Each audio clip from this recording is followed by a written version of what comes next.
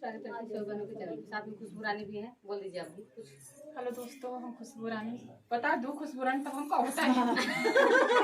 अपने मुँह से बतावा है, अपने मुँह जबान से अपने नहीं मेरे जबान बताओ का।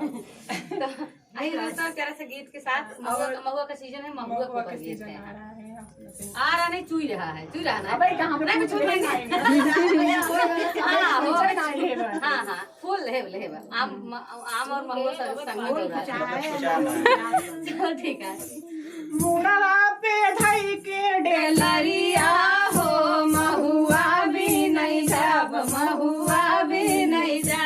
अरे मुड़वा पे धई के डेलरिया हो, महुआ भी नहीं जाब, महुआ भी नहीं जाब। दिनवा के सास भी नहीं, दिनवा के ससुरु, दिनवा के सास भी नहीं, दिनवा के ससुरु। रतिया में भी नहीं बलमुआ हो, रसा चुई चुई जाए, रसा चुई चुई जाए। अरे रतिया में भी नहीं बलमुआ हो, रसा चुई चुई जाए, रसा चुई चुई जाए। मुड़वा पे धई के डेलरिया हो, महुआ भी नहीं जाब, महुआ भी नहीं जाब।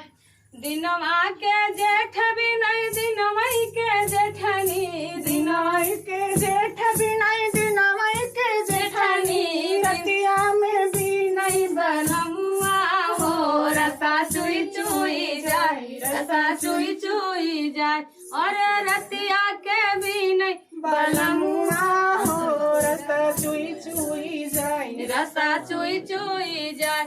अरे मुड़वा पे धई के डेलरिया हो, महुआ भी नहीं जाब, महुआ भी नहीं जाब।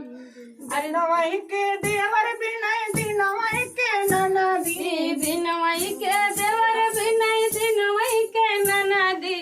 रतिया के भी नहीं बलनुआ हो, रसा चुई चुई जाए, रसा चुई चुई जाए। अरे रतिया के भी नहीं ननदी बलमुआ हो, रसा चुई चुई जाए, रसा चुई चुई जाए। अरे मुड़वा पे धई के डेलरिया हो, महुआ भी नहीं जाब, महुआ